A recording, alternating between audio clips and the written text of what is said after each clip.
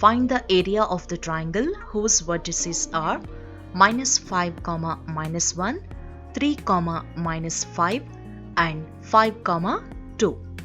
Solution.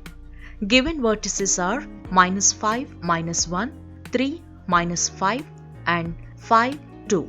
We know that area of the triangle is equal to half into modulus of x1 into y2 minus y3 plus x2 into y3 minus y1 plus x3 into y1 minus y2.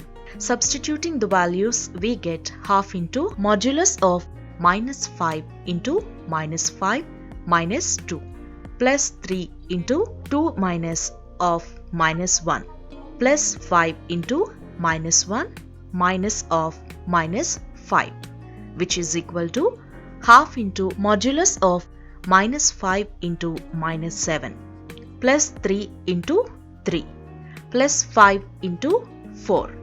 Simplifying this, we get half into modulus of 35 plus 9 plus 20. Solving this, we get 64/2, which is 32 square units. Therefore, area of triangle is equal to 32 square units.